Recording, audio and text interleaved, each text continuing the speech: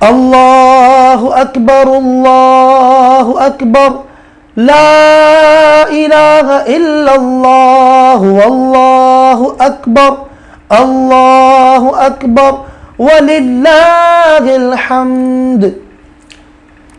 یہ تکبیر تشریق ہے، اور یہ تکبیر تشریق 9 ذوالحجۃ الحرام کی فجر سے لے کر 13 ذوالحجۃ الحرام کی عصر تک ہر فرض نماز کے بعد، یعنی 5 نمازیں جو فرض ہیں، تو 5 فرض نمازوں کے بعد وہ نمازیں جو کہ مسجد میں جماعت اولیٰ کے ساتھ ادا کی گئی ہوں، ایک بار پڑھنا واجب ہے اور 3 مرتبہ پڑھنا افضل ہے، اور یہ تکبیر سلام پھیرنے کے فوراً بعد پڑھنا واجب ہے۔